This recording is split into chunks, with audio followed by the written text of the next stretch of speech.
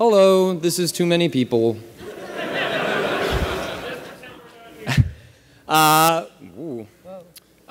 We'll get there. We'll get there. Hi, my name is Patrick Klebeck. I am the senior news editor over at Giant Bomb. I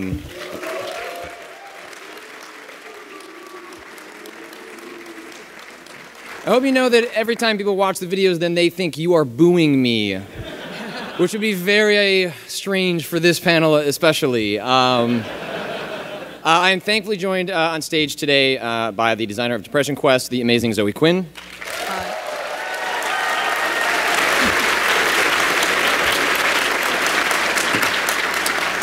She is going to continue to work on her slides as Google did not save them while I'm going to start out with a presentation of my own. We're going to switch over to Zoe after that, and then we'll try and sneak in as many questions as we can at the end. I was waiting for someone to approve of my strategy.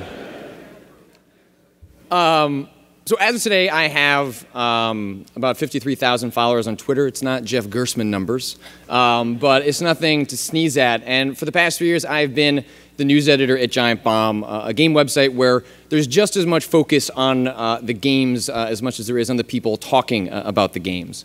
And because we're front and center, people have, let's call them strong feelings about us. Those feelings aren't always positive.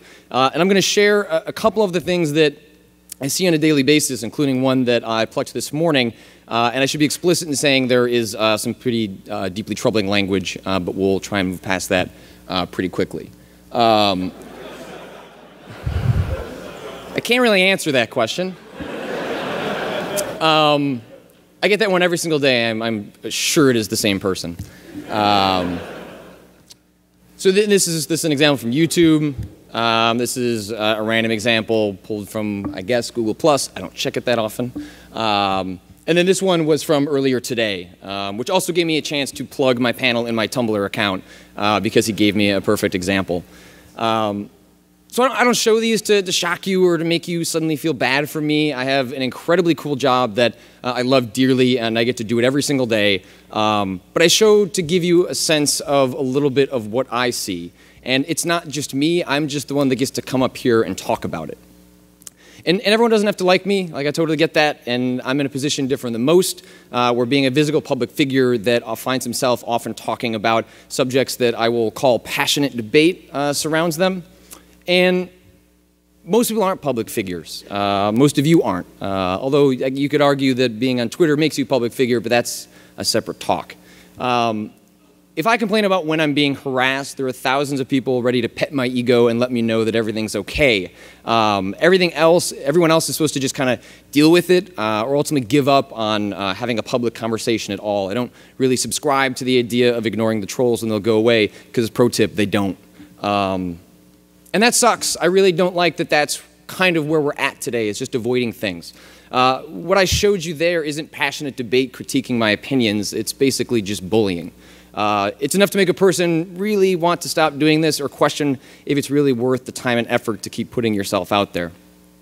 But I also know that this is not most of my audience. It is a small but very, very vocal 1%.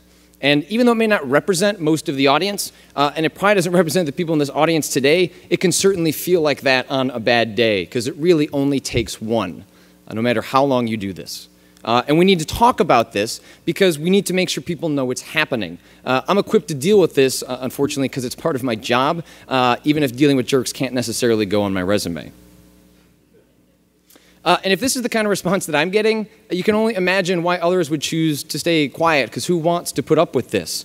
People often tell me on a daily basis that they choose to not speak up on some of these topics that incite this kind of response because they don't want to see that. And I can't blame them. Like, it can ruin my day, it can ruin theirs as well. So they choose to be quiet. And school didn't teach me how to handle thousands of people screaming at me at once.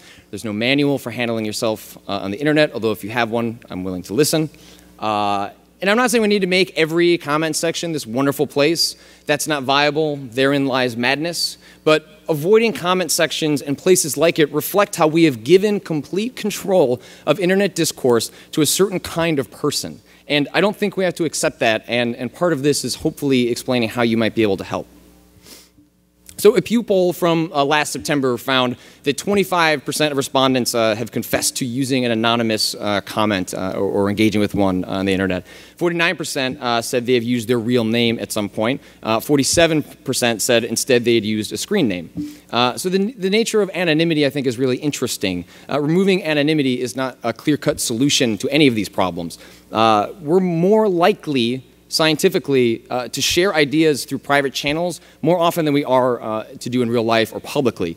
Psychologist John Suhler, he coins this term the online disinhibition effect. And so this is sort of a quote from his paper. This disinhibition can work in two seemingly opposite directions. Sometimes people share very personal things about themselves. They reveal secret emotions, fears, wishes. They show unusual acts of kindness and generosity, sometimes going out of their way to help others. We may call this benign disinhibition. However, this disinhibition is not always so salutary. We witness rude language, harsh criticism, anger, hatred, and even threats. We may call this toxic disinhibition. So I think people should be allowed to comment anonymously. I think it allows us to share ideas without having them permanently attached to our name, because ideas grow, they develop, they change, and that's kind of the beauty of conversation and why I like to engage with it. And it's kind of what's lovely about being anonymous, because when I write an article, my first draft isn't what gets published, and when someone makes a game, the first prototype isn't what you end up playing. And I think ideas are the same way, and anonymity lets us experiment with those ideas. The problem is we can't hold people accountable for what they say in the same way that we can do in real life. And that because we can't hold them accountable, it makes it troublesome to go into some of those places. I love that 4chan exists, even if they desperately wish I didn't. And as we de-anonymize the internet in a large way, there should be places for people to behave without having to look over their shoulder about what they're saying. I mean, the internet started as a dirty, carefree place, and we still kind of need some grime on it, I think, from time to time. And I should be careful, kind of, sometimes I feel like if I say 4chan too many times, it's like kind of like Candyman, and if like, you say it 3 times in a mirror, then he just sort of pops up. And Keynote just added GIF support, and it's GIF. So I added a couple of those to this. So I don't really think it's about anonymity, though, right? I think it's about responsibility. So if you remember Flappy Bird, in short, the creator of the game announced he was removing the game from the App Store and Google Play and wherever else it was available. And people were pissed. And they took to Twitter to specifically yell awful things at him. And this isn't 1 or 2 nasty messages, which is, you know, a little bit more on the level of what I deal with daily. Like, we're talking thousands and thousands of messages in which most of them amount to please go kill yourself because you're choosing to remove this game and allow us to play it.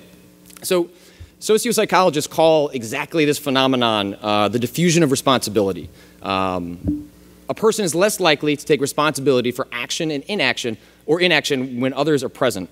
The phenomenon tends to occur in groups of people above a certain critical size and when responsibility is not explicitly assigned. It rarely occurs when the person is alone, and diffusion increases with groups of 3 or more. A common example being when you see a car crash and nobody stops to help. The whole internet's kind of a car crash. And this happens all the time, but it's not exclusive to games. And pretty much anything I'm talking about, I don't think is a game culture problem. I think it's actually an internet culture problem and the tools we have on the internet. And I don't think lifting the veil of anonymity is a one-stop solution. People act like this with their names, as we witness with places that use things like Facebook comments. But people still don't feel responsible for their words on the internet or elsewhere, so they speak extremely freely. On my blog, I posted a conversation I had with one of the people who was yelling at the Flappy Bird creator. And because 140 characters isn't a great way to have a nuanced exchange of ideas, I asked, hey, do you want to talk about this, in private? And let's chat about why you think you're allowed to tell someone to kill themselves. He agreed, wanted an opportunity to explain his actions, and I asked him if we could publish the exchange and I'd keep his identity anonymous. He agreed and then spent thousands of words justifying why he told someone to kill themselves and why it was okay. And here are a couple of excerpts from that conversation. Well, I don't view it as entirely violent. Maybe he could use potassium cyanide in a bottle of Ambien. It was just a suggestion to end his own life so the earth might be spared his insufferable and stubborn existence. if someone is so weak of will, so volatile of temperament, so easily influenced by the slightest whimper that they take their own life because something I typed in 1 second on the other side of the earth, then perhaps they're doing us all a favor by eliminating their obviously flawed genes from the pool. And here's probably the most important and revealing line of the entire exchange. Why do I choose to remind them in such an abrasive way? I feel powerless and I take my frustrations out on others. So this went on for a long time, like thousands and thousands of words. The whole exchange is up on my blog. And eventually I hadn't kind of gotten back to him for a couple of days, so another email pops up in my box. And after reading quotes like that, and it goes on and on like that, the last thing I expected was this person to then have an explicit and equally long apology. He told me my tweet was overly harsh and could have made a fragile ego like his crack apart. Fortunately, and to be quite honest, I doubt it had any effect on him and was lost in the din of comments he received that day. But it could have. I've left behind my more destructive habits in real life. Perhaps it's time to leave them on the internet as well. The line between them is becoming blurred whether I like it or not, and it's past time I respected that. So I'm not going to say that asking every single person to explain their actions, why they say something is going to result in a come to internet Jesus moment, but there's a lesson I think that applies to all of us, which is that there's someone on the other side of that computer, that tablet, that phone. They may not read your comment, but they might. They may not take your comment seriously, but they might. And that small chance is reason enough to tread lightly. You should speak your opinion, but speak so thoughtfully and thinking that they might read it. And much of this talk so far has kind of focused on the bad apples. Like, it's really easy to get caught up in the worst of the worst when oftentimes it gets murky and gray very quickly. And it's important to remember that we're also prone to making these mistakes, and it's not just about those that espout hate speech.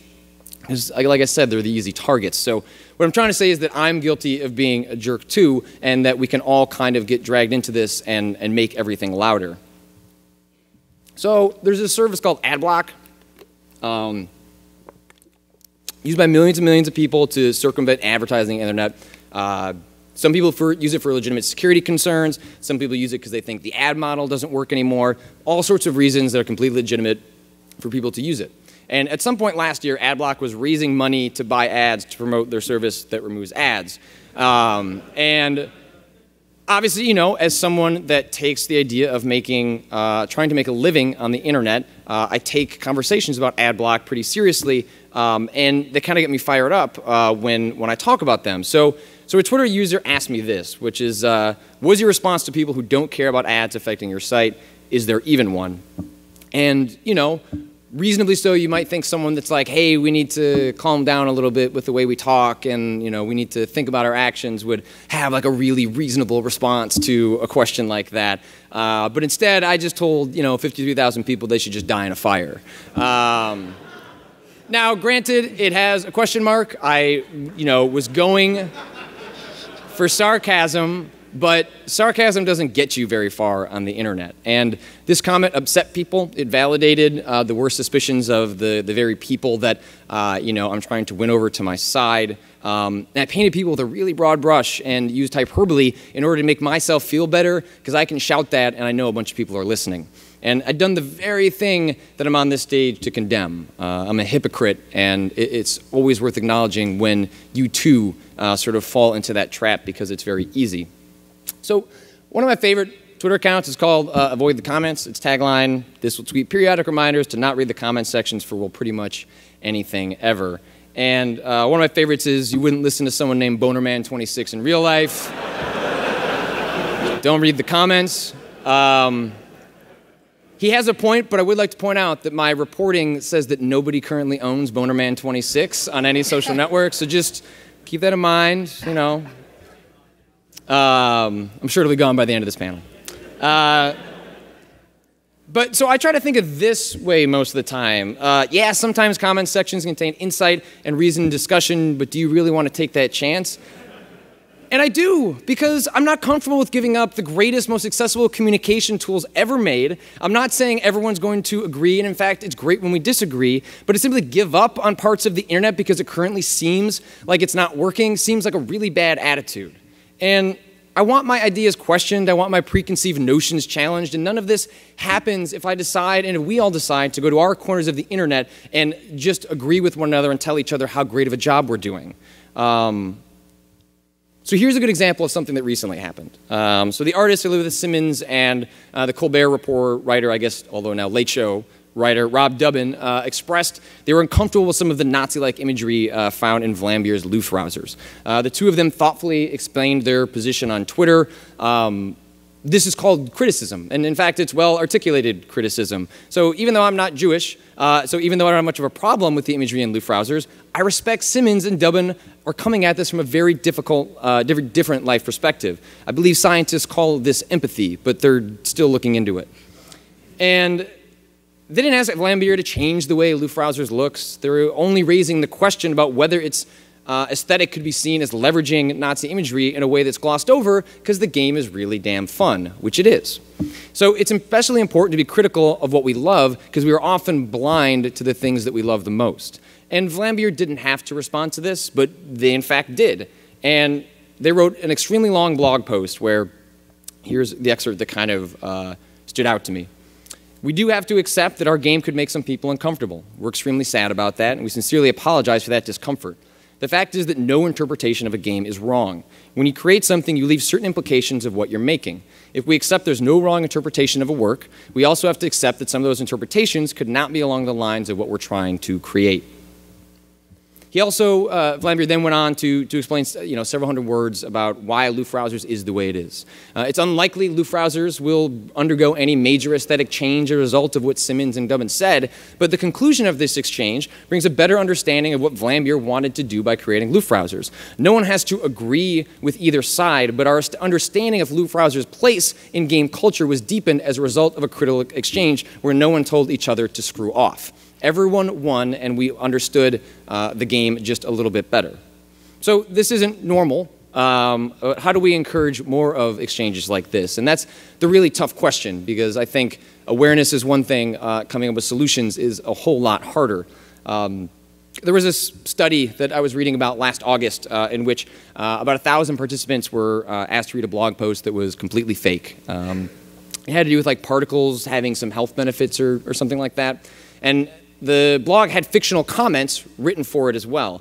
And half of the participants read comments that calmly discuss the pros and cons of like maybe using these health particles, and half the participants read rude comments that were filled with swear words and other forms of nastiness. The example that I pulled was, if you don't see the benefits of using nanotechnology in these kinds of products, you're an idiot, which, you see stuff like this in terms of game discussion all the time.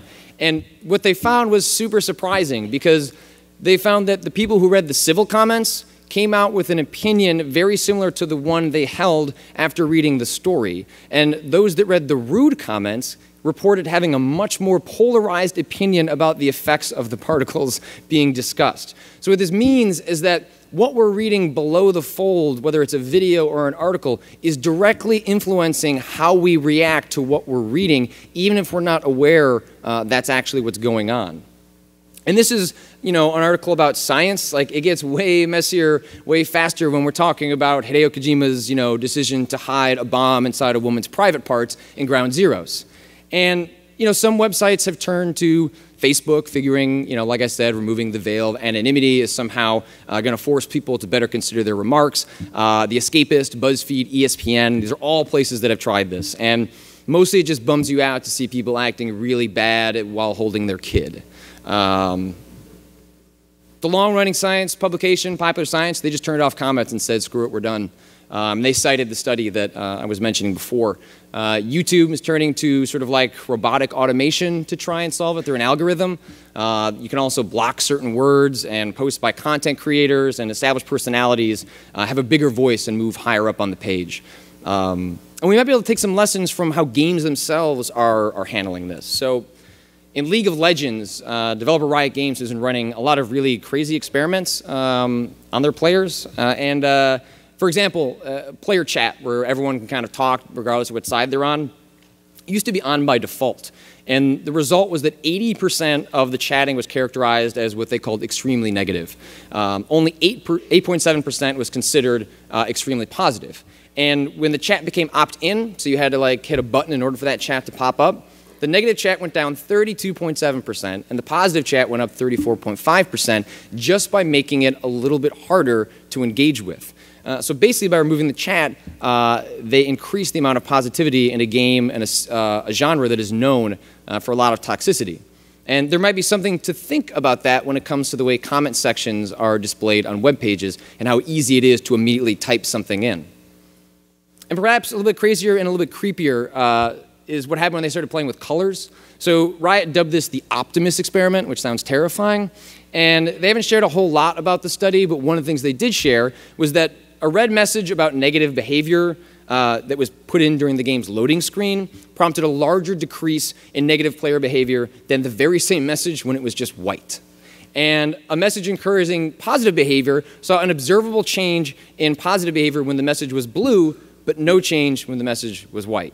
But somehow these colors are influencing how people go in to the commentary they bring into content on the internet, and it seems like we're seeing an increasing science that shows like these things we think don't matter actually matter quite a bit. And a lot of what I'm talking about today, it's about games. Like, you know, I take games seriously, way too seriously. But it's a medium that's kind of largely about abstraction. Like, it's not, you know, it's not my family. And on July 3rd, 2012, I received a phone call from my brother. A phone call that I'd missed about 20 times before I realized, hey, 20 times is a lot of times to call someone. And it turns out that my father had passed away of a heart attack at 56 years old. My father has, and always will be the biggest supporter of what I've done, even if he often had no idea what exactly I did. When he passed, I was only a short few weeks away from getting married, so he just missed it. And about 24 hours after this happened, I decided I should share the news on Twitter. I mean, most of my life is on the internet, so why wouldn't I share this too? So I did, and then I turned off my phone to go be with my family.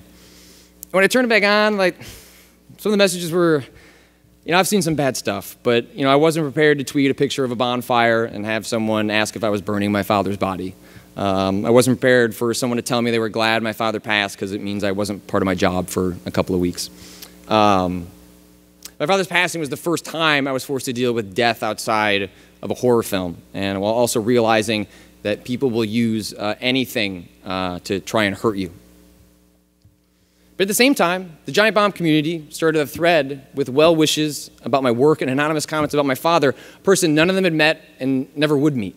And there were hundreds of messages, and I kept this thread bookmarked on my phone during the first week of my father's passing and would just take that into the bathroom, kind of read it, not really taking anything in, and just cry. It was a showing of genuine compassion from a bunch of people who only knew me from what I put out there. And when I needed them, they had my back. 99% of the internet has been nothing but nice to me, and it is so easy to focus on that 1%. And whenever someone gets under my skin, I reach into my bag that is right here, and tucked into that bag are a series of letters that people have written me over the years, thanking me for something I've done or something I've written. These letters mean something to me because those people reached out and connected. It's important to remind yourself of the good in the world and the surprising kindness of strangers. Because Twitter can be a negative place, comments can be a negative place, you know. I do think there's hope, and I think we can use these tools to connect with one another. In the games industry, women use the one reason why hashtag to explain one reason why more women aren't making video games. It was a powerful adoption of a tool that is usually assigned to the corners of beer commercials. But here it was an outlet, a lifeline, a way for someone who felt marginalized to read thousands of messages that told them you are not alone. So how can you help? I think you can start by speaking up. I don't mean you should shout down others, but speak up, because I think most of you are like a lot of us. We're the silent majority of internet users, the vast majority who are nice and reasonable. We just don't say anything. And you know, think about the way you use Yelp or Amazon reviews. When you have a bad experience, we're so quick to get in there, give our 1 star, and let them know how shitty it was. When something's great, we don't say anything and just kind of go on our way. That's how we treat everything, and it's something we can change. If you appreciate what someone has to say, you should tell them. If you liked someone's game, make sure you let them know. We may not be able to eliminate all the toxicity on the internet, but we can increase the amount of positivity that people see. We can't control what other people do. We can only control what we do. It's very easy to sit on the sidelines, laugh at how the internet has become this cesspool of discourse, and just throw up your hands. Because what can one person do? One person can't hold back a hurricane, but everything starts with a single person choosing to stand up. We can make it socially unacceptable to treat others without respect on the internet. We can reach out when someone is being bullied for saying something new. The next time I want to tell someone to die on a fire just because they don't agree with me, I'm not going to do that. We can't stop everything terrible on the internet, and we're never going to agree on everything. But is the alternative giving up a conversation with a stranger, someone I'll never meet, someone that just might genuinely surprise me? I won't concede something so powerful to such a vocal minority that doesn't deserve it. The internet is a tool that can connect us, and it can tear us apart. It's also a reflection of us, and right now that reflection is pretty damn ugly. But together we can turn the internet into a more positive place. Together we can give people the courage to stand up, and together we can make the internet a safe place for radical ideas. So please speak up, because if you don't, who will? Thanks.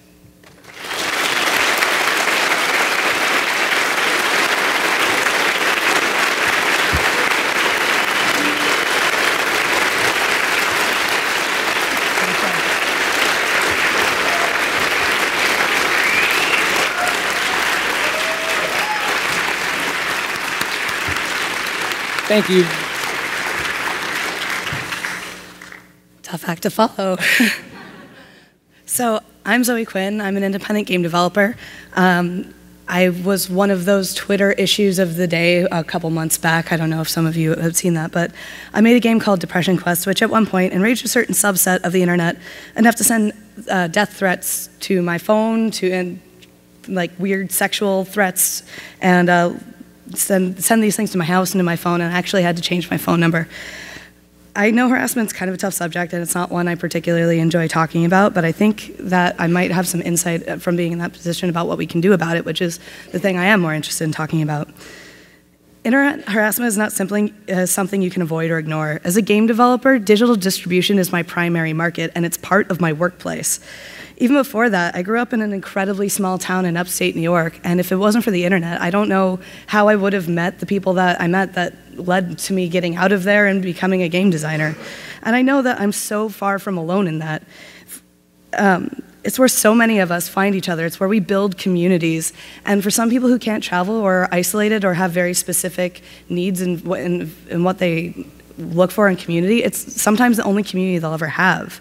Simply ignoring the problem in the hopes that it'll go away doesn't do the value of the internet justice. It doesn't do the majesty that we have to just reach out and talk to someone on the other side of the planet that might care about this one silly little thing that we thought we were alone with. Like, that is such a valuable thing, and we need to do that justice.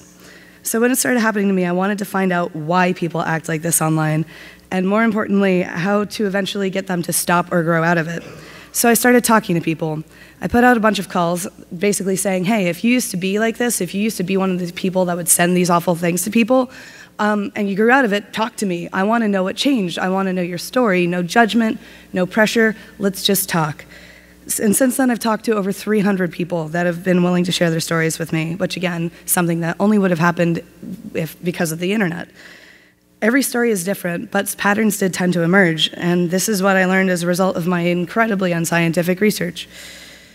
The number one thing that they all had in common was that, to some degree, they didn't think of the other person on the side of the computer as an actual person. They were sort of this weird, abstract concept of a person. I do still believe that people are basically good, and that if they could really grasp the consequences of what this might have on some people, because we see these drastic, dire consequences that lead to some people actually taking their own lives. If people could actually wrap their head around that, I don't think we'd see it as widespread as we do. And for what it's worth, like almost all of the 300 plus people I talked to, like, didn't have anything in common except for that one thing. All of them said that depersonalization happened. It became sort of a game or a pastime, like this other nebulous concept was a system that they could poke and prod at and get certain responses. It was like a game to them. Another one that came up a lot when asked how they changed was that almost all of them said that they got better friends, or that the people around them basically stood up and said, hey, that's not cool. Therein lies, I think, one of the most useful tools that we have to combat this sort of behavior. It's just those 3 simple words: not cool, dude. or chick or whatever. Just not cool, okay? And it's just so small and so simple and kind of, it's not even inflammatory in nature, just basically just standing up and say, hey, not cool. This sort of behavior sort of like thrives in silence, and it thrives, like as Patrick said, on the silence of good people not saying anything or not speaking up and drowning that out with positivity. And I know nobody wants to be the buzzkill, nobody wants to be that guy who's like, hey, maybe don't do that. But God forbid, like we actually open up and stop and drop the sarcasm and the irony for 5 seconds and be willing to be vulnerable and take that risk. You don't know what kind of impact that can even have on somebody to actually reach out and just drop it for 5 seconds and say, hey, can we just not? Another thing that respondents said commonly is that they heard about it enough to realize it was a problem. So while it can be a real bummer to hear stuff like this all the time, and why I can see people all the time being like, oh God, another one of these stories. Yeah, I know that the internet sucks. Why are we still talking about this? It actually really does help. Like maybe you've heard it 1,000 times, but maybe somebody needs to hear it 1,001. So it's really important to make it so that we have these communities where people feel like they can speak out, where someone speaks out, it's not, ugh, not again, but it's, oh, cool, thank you for reaching out. Because if we make it feel like it's so uncool or so wrong to just be open about your experiences and say how these things are affecting you, then less people are going to come forward. Less people are going to hear it for that 1,000th time that they need to hear it for. And it's just going to drown in that silence that we keep mentioning. And the more people come forward, I think the less often we'll actually see stories like mine or Patrick's, because if it's open enough that we actually can make these changes and people will harass less and it'll become this sort of cyclical, awesome healing factor instead of just currently what it is now. Lastly, what contributed to people changing so often is that one small minor thing sort of set off this cascade in their mind of humanizing the other person on the line.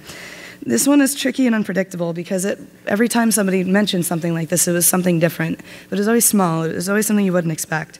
The most common type of thing that seemed to have this humanizing effect was the person on the other end didn't react with anger. They didn't just try and shout people down, but they were just honest about how they felt.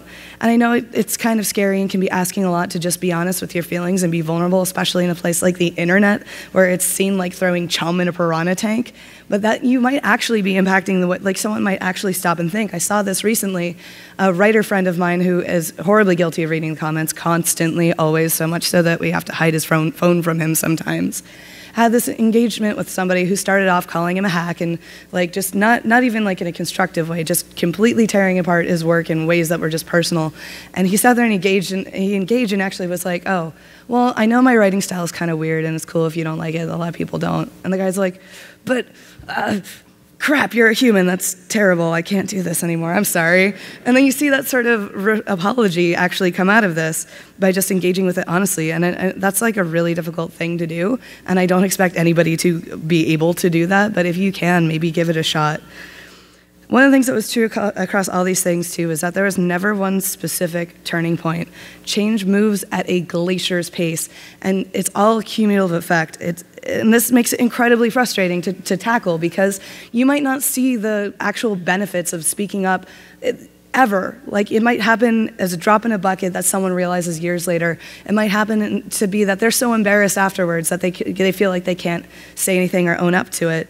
But just because you might not see it firsthand doesn't mean it's not worth doing. That means that we can't give up if we don't hear immediate feedback. That means that we have to keep pushing because it's such a small thing, but it's just cumulative. And the more and more it happens, the more and more likely that we can keep this conversation going and make the internet and gaming communities better for everybody involved with it. It might be hard to not get stressed out every time you say, hey, not cool, and get this sort of bile back and then not see the effect, but it's important to think that you might be telling someone exactly what they need to hear in the moment.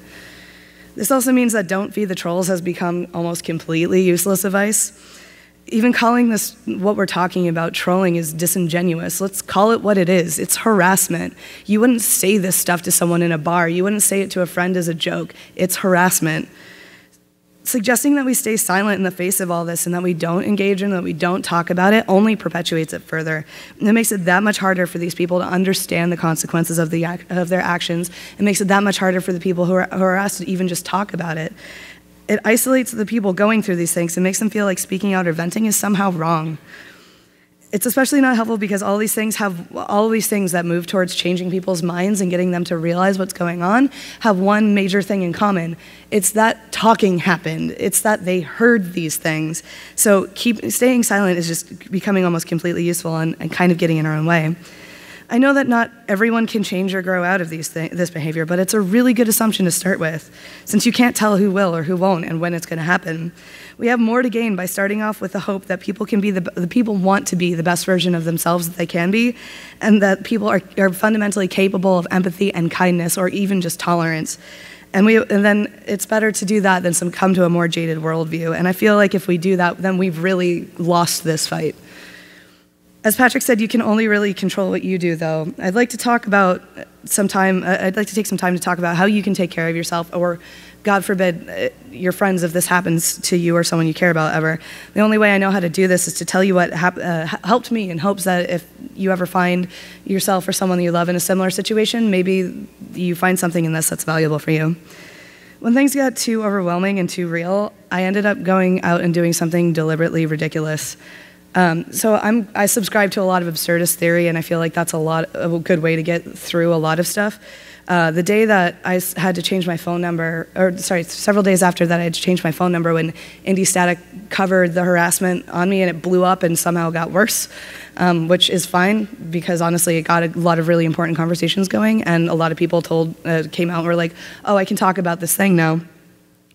I went out with a friend because I had just found out that in changing my number, my family could reach me for 3 days to tell me that my father was in the ICU, and that despite trying to keep my head up and growing a thicker skin and shrug it off, which doesn't work, it still managed to impact my life. So a friend took me out, and we were talking, and we ended up, lots of people kept saying, oh, maybe you should go break something. But I'm like, I'm not going to do that. And then we were talking at a Walmart at 2 in the morning, and we passed a ceramic Angry Birds piggy bank. So I got that. I filled it with sequins because harassment or not, I am still a game designer and I care about particle physics. We went up to the roof of this theater that he managed and threw it off as a sacrifice to the video game gods in the hopes that somehow it would make things easier. And as completely asinine as it was, and I know that I don't believe that there are gods of video games, probably. Just taking the break from all that when things were too serious and just being deliberately asinine made everything that had previously seemed so heavy and so huge not quite as powerful as it was then. And it provided a good break to let off some steam that I really needed. It also really helps to talk to people who have nothing to do with games at all and sort of take a break from our own microcosm, because as huge as our communities are and how big gaming has gotten, it's still kind of a small world, right? Especially when these are happening in little pockets of it. It really helps to realize in the grand scheme of things that there's a life outside of video games. It can feel that sometimes that the world is huge and intimidating and that's all there is, but there really is stuff outside of it. For a while, all my friends were other developers, and anytime some kind of scene drama happened, it would really get to me, even if it had nothing to do with me. So now it's a really good tactic I have to take a step away from that and go do something completely unrelated to games. Another way that really helped was to save the worst things people say in comments and do really dumb dramatic readings of it with your friends. It especially helps if they have their own stuff to go with. My text message alert is actually sent to a recording of another developer doing a terrible voice of one of my comments, and it's really great for it to go off while I'm in a crowded room with people who don't know me, and they're just like,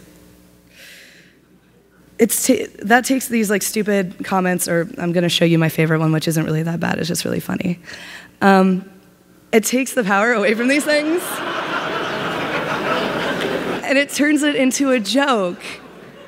And that's the best thing you can ever do to something like that, is to turn it into a joke. I fully believe that humor has one of the most beneficial healing effects that we can do for ourselves, that we can do for each other. That's why anytime someone tries to start shit with me on Twitter now, just throwing stuff out there, I have a folder full of 30-second YouTubes of the most ridiculous things I can find, and that's what I respond with, is just something completely asinine and be like, oh, I'm sorry, I thought we were being ridiculous. Additionally, when I'm having one of those days when the internet can feel like a place full of raging jerks, it helps me to go do something nice for someone else, usually while also being very silly. I have this OkCupid account called Your Senpai. And what I like to do is I like to search for people who have in their profile that they wish senpai would notice them. And then I notice them. And it's just so dumb, but it's like you make someone else's day and just with this, and that like totally, if you can be the good kind of weird on the internet, instead of dealing with just the bad kind of weird, I think it's got a really positive effect. I also like to help others struggling or new game designers, even if it's just taking some time out to play their game and give them some feedback, to signal boost good work, or to point them in the direction of some resources that they might need. Doing this sort of thing provides immediate proof that it's not all bad because you're being that good that you want to exist more of. And I fully believe that there's so much good being done by internet communities. Like, for example, the chairman of the Independent Games Festival, Brandon Boyer, got totally screwed over by health insurance, had like, I think $100,000 that he needed to just basically get by. We raised that for him in like 48 hours. That is what the internet communities can do. And for every stupid thing that happens, there's something like that. I've been helped out so many times by the goodness of people online. And I feel like it's important to add our voices to that conversation instead of just swallowing bile from the other side of it. Another thing is, don't feel that you shouldn't be affected by these things. Should is basically the worst word in the English language. Just because you feel like you shouldn't care, it's just the internet, that doesn't actually change how you feel. All it does is give you another thing to feel like you failed at. And that's not really helpful.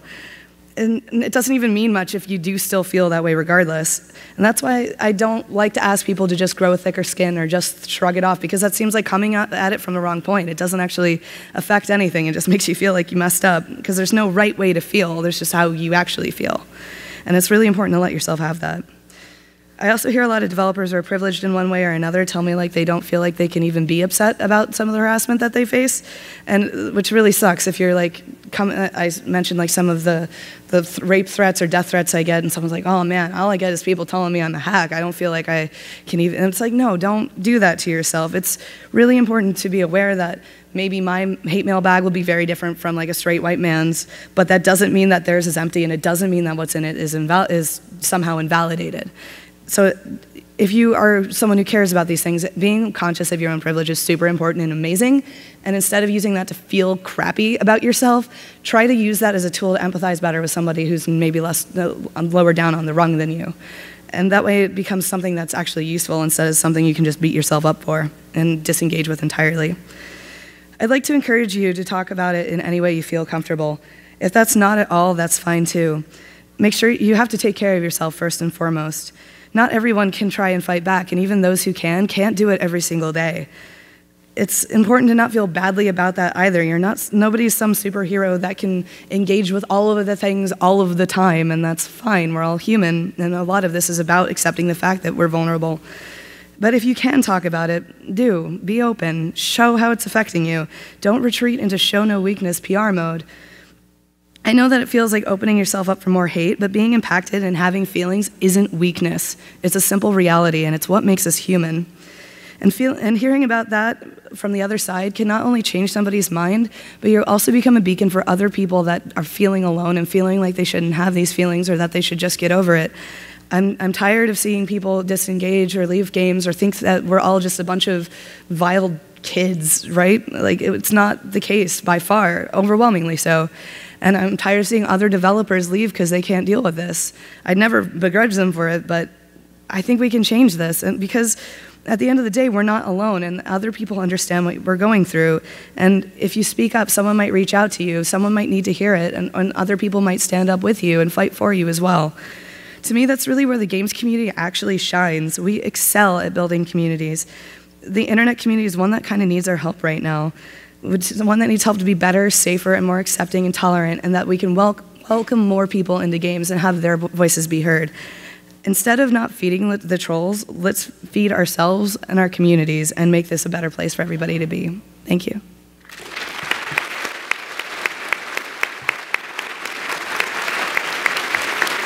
Way to go. Is that okay? This is really good. I can follow it. You did a really good job.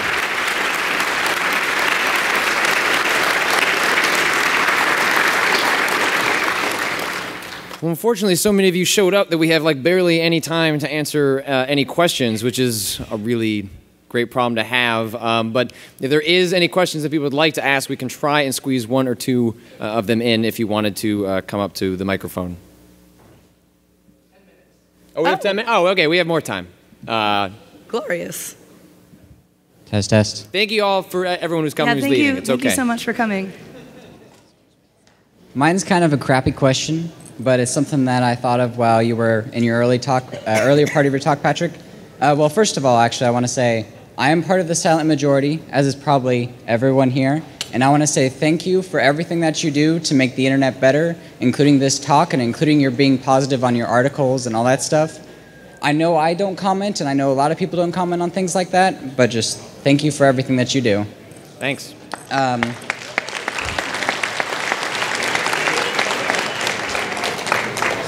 My question is, recently there's been kind of, like with the whole Google Plus thing on YouTube, there have been a lot of YouTubers who have turned off comments and brought comments to other forums, like Reddit, or for example, you guys have your Giant Bomb forums. What do you think about taking things away from the more poisonous areas? I mean, like Twitter, Twitter isn't so bad, but like YouTube comments and stuff, and taking it to somewhere that's easier to control and safer. Yeah, I mean, that's a really complicated question. I mean, a lot of what you're asking is like when you have these places that seem like they're more prone to the more toxic behavior, like, if just removing comments like into a more structured environment, like, is that the solution? Like, I don't think so. I think like one thing we don't consider as a consequence of the communication tools we've created is that all communication tools have made it very easy for us to share things, but there hasn't been a lot of thought put into what happens once those things are shared. So it's very easy to say things, it's very easy to broadcast, but then when things like harassment does occur, Twitter is not capable, even now, despite having an IPO, capable of like dealing with harassment and abuse. And it's not something they put a lot of focus in. It's not a lot of time that a lot of these social networks spend a lot of time focusing on. And that's something that these companies need. I think there are interesting solutions that we just don't have yet. Because right now it's very easy to be loud, but it's very hard to turn down the volume if that's what you want to do. All right, thank you. Oh, wait, hold on. Okay, so I forgot we have these. John Renish, who's a employee at Ubisoft, gave this to me at GDC. He gave me a social justice warrior cop badge. Because I think that term is a whole bunch of bullshit, and I'm not going to apologize for like standing up for other people and standing beside them. So because you asked a question, you've now been deputized, and you can now come up here and you can, you're a social justice warrior cop. Use Honestly, it responsibly. It sounds like a badass story. If people really wanted to make fun of people for caring about social issues, coming up with a less metal-sounding term probably would have been a better idea. Hi. So I was curious about just basically when you retweet somebody's just hatred just towards you or anybody does it, I was wondering if you were all worried about that's kind of what they want you to do as far as putting their face out there. No matter how pathetic it is, that they want attention any way they can get it. So I was wondering if that's any kind of concern you have when you do retweet something just horrible. I mean, I think that's, it's interesting. I think when you sort of retweet harassment, it's one sort of an acknowledgement that it exists. It's something Zoe talked about of like pretending that you just don't feed the trolls and then thus you are a victim who just has to silently sort of deal with the harassment. Like, that doesn't seem like a good solution for the person being harassed. And so when you retweet stuff like that, at least when I do, it's A, about showing that it's happening, and then B, it's not so much that you're hoping that person changes their mind, but it's a lot of what Zoe mentioned of like maybe someone else sees that and goes like, oh, I don't want to be like that. Or the guy that I highlighted who like when he was forced to explain what he does, he kind of just realized he was being ridiculous. And so it's twofold. It's one for the person who's dealing with that harassment, and then it's hopefully other people see that and maybe the light bulb clicks for them. Yeah. I'd actually like to propose an alternate solution. Don't retweet them, screen cap it, and then remove their avatar and name. Because like part of it too is when you have so many Twitter followers, especially because a lot of people care about you if they do follow you, it sucks to have other people dogpile on that person, and I feel like that might push them further away from actually listening, because people can get really freaking mean, even if they do have your best interest and they do think that sort of thing is uncalled for and awful. And as much as I think that I won't begrudge anybody their anger at things like this, I think it might be a better solution to just remove their identity from it, because then A, they don't get that attention, and B, if you might have some unintended fallout from somebody being an asshole to someone who's being an asshole, which is like this asshole Ouroboros. All right. Thank you. Well, you're now a cop now, so Yeah. be careful out there. Now people can demand your gun and badge, so be careful. Don't be a loose cannon. Hi. The end of that question was pretty much what I was interested in. Patrick, you had just put something up about a response to putting out someone's Twitter handle because of the Threes 1024 2048 story. Right. Yeah. So basically, what he's alluding to is that I had written an article about Threes and the cloning that was surrounding it, and one of the guys who was the designer chiefly responsible for a lot of the popularized cloning was a developer that would not get back to me. And when I sort of recounted that when we were doing our morning show, like, it really irritated me that he didn't get back to me. And I mentioned that on Twitter in a way that was like, well, and here's the guy, which is using the power that you wield by having lots of people that follow you in a really, really bad way. Like, that guy has no responsibility to get back to me. As a reporter, I can go to whatever lengths I can privately, but just sort of saying, like, hey, you jerk, like, why don't you respond to me, is using the mob in a way that's really inappropriate. And it's just really easy to forget that. You don't think about the fact that I have 53,000 people following me. It's my Twitter account on my phone. And then it goes out and people are like, hey, that's not cool. And it's like, yeah, you know, you're probably right. Like, that was not the way to handle that. So how do you draw the line between calling out people who are legitimately bad actors, like perhaps this guy was, maybe, or people who, again in the Threes story, the guy who made 1024, the 19-year-old in Italy, who didn't, whether you believe it or not, claims to not know that Threes was even existed. I mean, a lot of what you're asking is like how you handle like spotlighting, you know, these things, and when you are using that to sort of point the mob in their direction. And I think that's what, you know, Zoe mentioned about being responsible about that. You know, when I file a story, it's a little bit different, you know, than it is like, you know, retweeting harassment or pointing that out. But I think it's very important to be very mindful of when you do point the finger in the direction. You may feel like you're the guy that's doing everything right, and you might just be actively participating in the thing you're trying to avoid. Part of it, too, is I think it might be more helpful to focus on a specific behavior instead of falling into this good person, bad person dichotomy.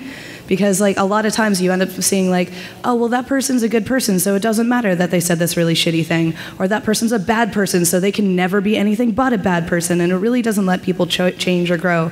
And it doesn't actually address what the real problem is, which is what they're putting out into the world.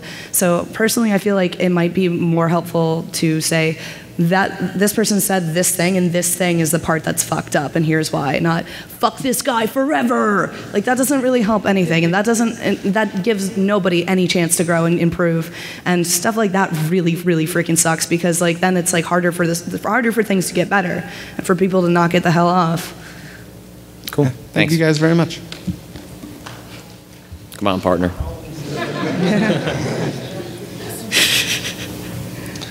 Hi, so this actually ties into his question a little bit, and also just shifting how we engage on the internet. I'm curious what your feelings are on irony and sarcasm on the internet, and whether the negative effects of that outweigh any sort of positive benefits of using that as humor to transform someone's opinion on something. Yeah, I mean, that's really tough. Like in my, Diana Fire example, like being sarcastic is tough. And then the people who, want to see that comment in a certain light because they don't like you, that just validates, everything they've been sort of saying about you. And I think sarcasm and irony, especially as it relates to, how we say don't feed the trolls and don't go into comment sections, like, I think that sucks, right? Like that's just a large internet defense mechanism to try and rationalize why we're giving up control of these sections to people. And because we advise people to not go into them, then there is less people speaking up, which means it just self-perpetuates over and over and over and over again to the point where we're just actively avoiding those places, which is, I think, unfortunate because I think these tools are amazing and allow us to connect in ways that you would never meet some people otherwise. And to not participate in them, I think, is unfortunate. But yeah, I think it's mostly a defense mechanism that, hopefully we can try and change a little bit as we go forward. Part of it's like, are you actually being sarcastic, or are you just saying really shitty things and hoping people clue into that for some reason? Mm-hmm. And I think a lot of people don't realize is that people online probably don't know you, and it's not like you can convey a tone of voice in the same way that you could in person. So when being sarcastic or ironic, you better be freaking clear, because honestly, people, when it's just open to interpretation, especially if you're saying something awful, then there's 1,000 ways that can be actually harmful to people, and then it's not really a coping mechanism. Then you're just being an ass. And sarcasm and irony mean things, goddammit. It's not just lazy humor like a lot of people use it as. Yeah. Okay. Cool. Well, unfortunately, we're at time. I want to thank everyone that came out. I want to thank Zoe for being on stage with me. Thanks, Patrick. I want to thank Vinny Caravella and Drew Scanlon for filming it, carrying a tripod around. Thank you so much for coming. Go be good people on the internet.